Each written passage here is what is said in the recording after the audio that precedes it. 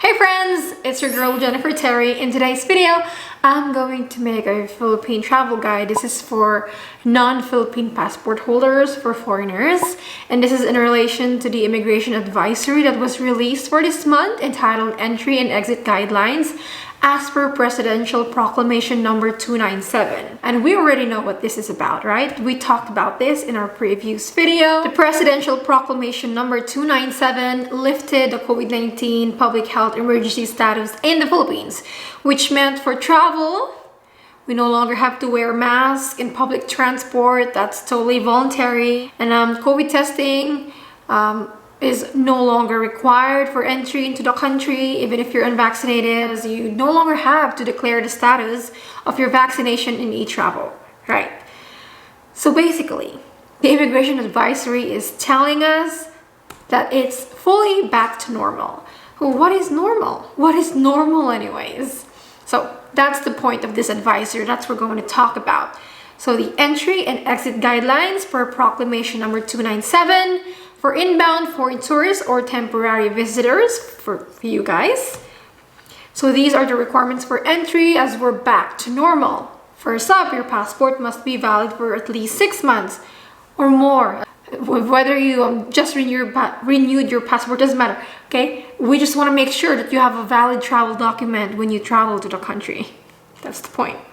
Next is visa, if applicable. Next up is a return or onward ticket, except balikbayans. Those covered by the balikbayan privilege are exempted from that requirement. And lastly is e-travel QR code. So if you like, take a screenshot of this, and this is really what you need to enter the Philippines. That's for foreign tourists. How about for temporary visa holders or non-immigrants except tourists? Valid visa, an ACRI card, or a waiver, and then a special return certificate. So people who are under this category, they know about this. Non-immigrants like students, temporary workers, yeah. Moving on, for foreign immigrants, permanent residents in the Philippines, valid visa, your ACRI card or the waiver, and a return permit in which they've secured, again, before they left the country. So just bring it with you when you go back. I want to go into details. Let's go back to the requirements for entry for temporary visitors, tourists. Okay, let's get to details.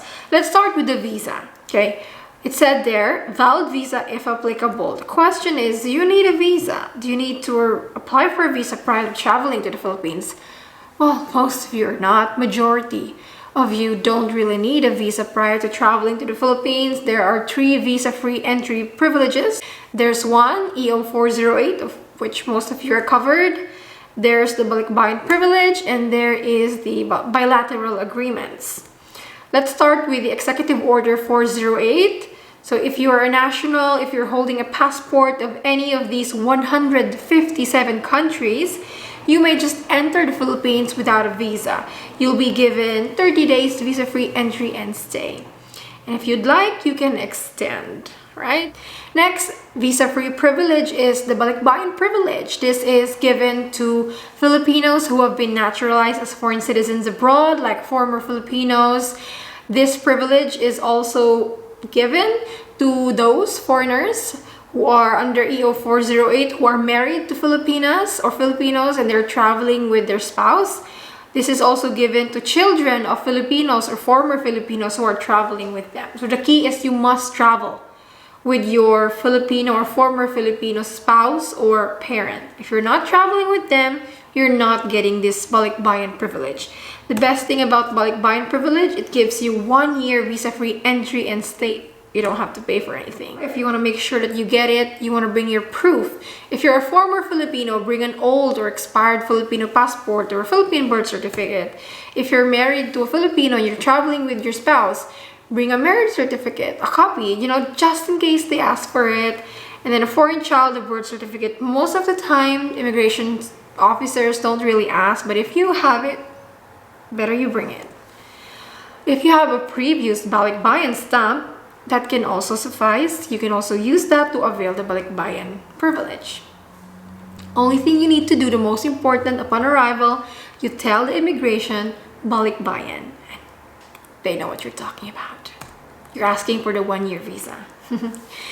And the last visa-free privilege is bilateral agreements. First up, we have for Israeli and Brazilian passport holders. They're given visa-free stay for 59 days. Next up is for Hong Kong and Macau nationals. They may enter visa-free and get their stay for 14 days. That can also be extended, but limited period. So who needs a visa anyway? Visa-required nationals such as Indians, Taiwanese, Pakistanis, Chinese, Egyptians, Georgians, Iranians, like these nationals of these countries, they need a visa prior to traveling to the Philippines, and that visa is the 9A visa or the tourist visa. This may be applied at the Philippine Embassy of your jurisdiction. You can start your application by registering through visa.gov.ph. Indian nationals, however, may be exempted from securing a visa if you have a valid Japanese or Australian or Canadian, Schengen or Singapore, UK or US visa, or a permanent resident. So if you're an Indian national, you have a visa of any of the countries we mentioned, you may enter visa-free for 14 days. But if you plan on staying long-term, that is secure 9-day visa. Now, the next requirement that I want to go into detail is the return or onward ticket requirement. Immigration says the ticket or the onward or return ticket may be to your port of origin or to any port of destination. The Philippines just want to make sure that, well, you're leaving the country. You're not going to overstay or you have plans on leaving. Right, so it says here the ticket must correspond to your allowable period of stay. So tourists, right? Tourists, like plain foreign tourists. You're not married to a Filipina, you're not a child of a Filipino, just a plain tourist. With that, what does allowable period of stay? The ticket must correspond to your allowable period of stay. What do you mean, immigration? Because we know that like visa nationals under EO 408, not 157 countries, they can stay here continuously for 3 years. While visa-required nationals under 9A visa can stay up to 2 years, as long as you're up to date with your extensions. So, what do you mean allowable period of stay? Does that mean that you need to have a ticket within 30 days? Or, I don't know. I asked immigration about this. What if someone wants to stay for 5 months and the return ticket is 5 months? Is that okay? The reply was, yes, that's okay. You just tell the immigration officer when asked that he is planning to stay and extend his visa. Oh, that's simple. Why didn't he say that in their advisory? So yeah, normally in real life, immigration officers don't really ask about the return ticket. They will ask you how long you're planning on staying or when you're leaving. But yes, if you explain that I'm planning to extend my stay at the immigration office, they'll accept that. However, airlines depend. Like some airlines, sometimes there are specific airlines that may ask for the return ticket that's specifically within 30 days. If you're ever in that situation, you don't have a ticket that's within 30 days, I would suggest buy a throwaway ticket. Buy it at the airport, like a cheap Manila to Singapore flight, or book a flight and then cancel it and get a refund. Depends on the rules of your airline, but for example, this is general rule. If you have a flight that's leaving or entering the US, you can cancel it within 24 hours and get full refund. Another option is, this is only if you're in a situation where the airline insists that you have a ticket within 30 days, rent a ticket. The ticket can be released or issued within 2 minutes. It's for $16. So this is just emergency option, okay? The website is called onwardticket.com. I have many subscribers who've used their service and they've turned out fine. Yeah, this is just an option, okay? I have an affiliate link with them. Probably get, I don't know, $1.50. So that's just a disclaimer. Moving on. E-travel, you already know, we've been talking about this for more than a year now. E-travel, right? If you're entering the Philippines, you must register through the etravel.gov.ph website. There is no other website. This is free. There is no payment required. Don't be fooled by scam websites. So yeah, you just have to input your travel details there. Really, it's pretty easy. You can do that. Do that before you go to the airport, and it's still a requirement. I know there are people who would argue, well, I traveled recently to the Philippines and it was never asked. Yes, because it's connected to your passport. As soon as they scan your passport, it's linked. They know that you've registered. If you have an old registration, you can actually use that. If you still have the number, it should be on your email. You can go back to the website and just use edit registration. You may start your registration within 4 days before your arrival. The website allows you to register within 4 days before your arrival, so you can do that.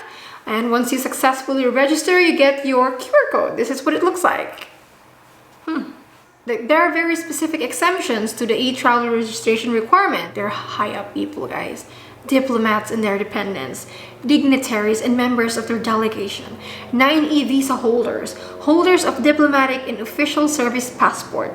If you're not any of these people, you must register. Okay? Are you a diplomat? No, you're not. So please register. Right, if you're carrying money to the country, $10,000 is, well, that's the limit for what you can bring without declaring. If you're bringing more than $10,000, you have to declare, you have to explain why you're bringing such money, blah, blah, blah. Just carry less than $10,000. And just a warning, especially for those coming from the US, please make sure double check your cash. Don't bring in old bills, torn, crumpled, whatever. They have to be crispy and new, okay? A lot of places here don't accept old US dollars, okay? If you want to make sure, go to your bank and withdraw money from there. You can exchange them through banks, money exchange, they're at the airports, in the malls. There's Villarica Pawn Shop, they're quite popular. I heard they have a good exchange rate.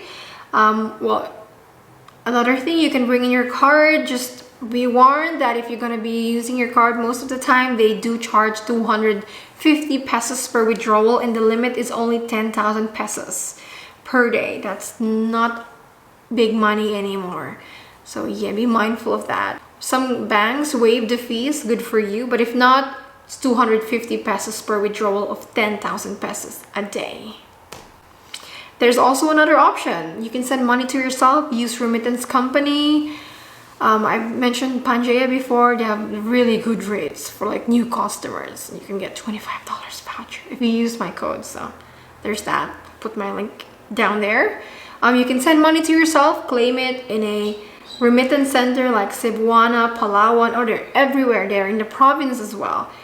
Yeah, so you can have your money in Philippine peso. Driving, not a worry. You can use your license in the country as long as it's valid and it's in English. If it's in a different language, you need English translation for that. Yeah, easy peasy. Upon arrival, there are taxis at the airport. Make sure they use the meter, so they should. There's also Grab taxi. It's like our Uber. We don't have Uber, so that's our Uber. Also, if you want to pre-arrange your pickup, I can recommend airport taxi drivers. I'm gonna have their contact in the comment section. And then really that's it. Enjoy your stay in the country. Be safe.